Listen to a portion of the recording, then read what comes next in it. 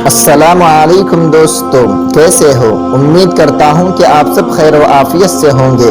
اللہ تعالیٰ آپ سب کو ہمیشہ ایسے ہی خوش رکھے۔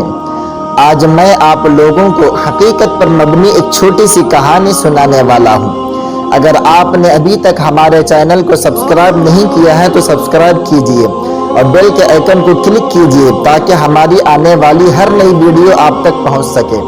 کہتے ہیں کسی گاؤں میں ایک معزز مہمان آ جاتا ہے تو اس کے اکرام میں، اس کی ضیافت میں، اس کے اعزاز میں سارے گاؤں والے جمع ہو جاتے ہیں اور پھر بہت ساری کھانے کی قسمیں پکا کر اس کے دسترخوان پر رکھی جاتی ہیں اور ایک بڑا سا ڈنڈا بھی لا کر رکھا جاتا ہے۔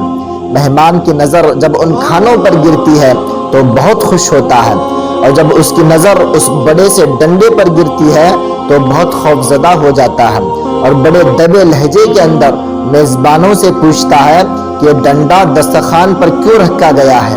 تو میزبان اس مہمان سے کہتے ہیں کہ یہ تو ہمارے بزرگوں کی روایت ہے، جب بھی ہمارے گاؤں میں کوئی مہمان آتا ہے تو پھر ایسے ہی یہ ڈنڈا دسترخوان پر لا کر رکھا جاتا ہے۔ لیکن جو ڈر، جو خوف اس مہمان کے دل میں تھا وہ ختم نہیں ہوا تھا۔ وہ لوگوں سے پوچھتا ہے کہ نہیں، ایسا تو نہیں ہو سکتا، اس کا کچھ تو مقصد ہوگا، کچھ تو استعمال ہوگا، بلا وجہ یہ دسترخوان پر نہیں رکھا جا سکتا۔ تو پھر میزبانوں میں سے ایک شخص اس مہمان سے کہتا ہے کہ آپ بلا خوف و خطر ہو کر کھانا کھائیے، نہ تو ہمیں اس کے مقصد کا پتہ ہے نہ تو ہمیں اس کے استعمال کا پتہ ہے، آپ بلا خوف ہو کر کھانا کھائیے۔ وہ مہمان دل ہی دل کے اندر یہ سوچتا ہے کہ میں بلا خوف و خطر کھانا کیسے کھاؤں گا، خطرہ تو میرے سامنے رکھا ہوا ہے۔ تو پھر وہ زور سے اعلان کرتا ہے کہ جب تک اس ڈنڈے کی حقیقت کی وضاحت نہیں ہوگی تب تک میں کھانا نہیں کھاؤں گا۔ تو پورے گاؤں میں کھلبلی مچ جاتی ہے، گاؤں والے جمع ہوتے ہیں اور یہ سوچتے ہیں کہ ہمارے مہمان نے تو کھانا کھانے سے انکار کیا ہے، تو لہٰذا اب کیا کریں، اس ڈنڈے کی حقیقت کیسے ہم واضح کریں؟ تو پھر ایک مشکل سے ایک بزرگ کو بلایا جاتا ہے۔ تو جب وہ بزرگ آتے ہیں، جب اس ڈنڈے کی حقیقت کو پوچھتے ہیں تو بزرگ جب اس ڈنڈے کو دیکھتے ہیں تو کہتے ہیں کہ جو ہمارے بزرگ تھے، جو ہمارے بڑے تھے، وہ اتنا بڑا ڈنڈا نہیں رکھا کرتے تھے۔ پھر وہ اس ڈنڈے کو کٹوا دیتے ہیں۔ جب آدھا ڈنڈا جب دسترخوان پر رکھا جاتا ہے تو پھر بھی مہمان دوبارہ سے پوچھتے ہیں کہ نہیں، اس کی وضاحت نہیں ہوئی ہے، اس کی وضاحت کیجئے کہ اس ڈنڈے کا استعمال کس لیے کیا جاتا ہے۔ تو پھر گاؤں والے تلاش کرتے ہیں، بڑی مشکل سے پھر دوسرے بزرگ کو بلا کر لے آتے ہیں، وہ ان سے بڑے تھے۔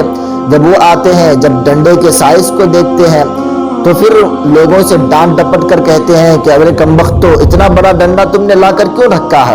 ہمارے بزرگ جو ہوتے تھے وہ اتنا بڑا ڈنڈا نہیں رکھتے تھے، بلکہ وہ بالکل چھوٹا سا اور پتلا سا ہوا کرتا تھا۔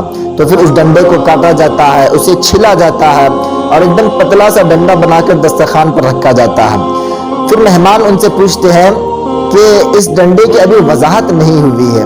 تو پھر میزبان ادھر ادھر تلاش کر کے گاؤں میں جو سب سے بڑے بزرگ آدمی تھے، عمر دراز تھے، جن کے بال بھی سفید تھے، جن کی بھویں بھی سفید ہو چکی تھی، ان کو بڑی مشکل سے اٹھا کر لے آتے ہیں۔ جب اس ڈنڈے کی حقیقت کو پوچھا جاتا ہے تو بزرگ کہتے ہیں کہ ارے بے وقوفو، اتنا بڑا ڈنڈا نہیں رکھا جاتا، بلکہ جو ہمارے بزرگ تھے، جو بڑے تھے، جب بھی گاؤں میں کوئی مہمان آتا تھا تو اس کی ضیافت میں جب کھانا لگایا جاتا تھا تو ایک چھوٹی سی پیالی کے اندر ایک چھوٹی سی کاڑی رکھی جاتی تھی۔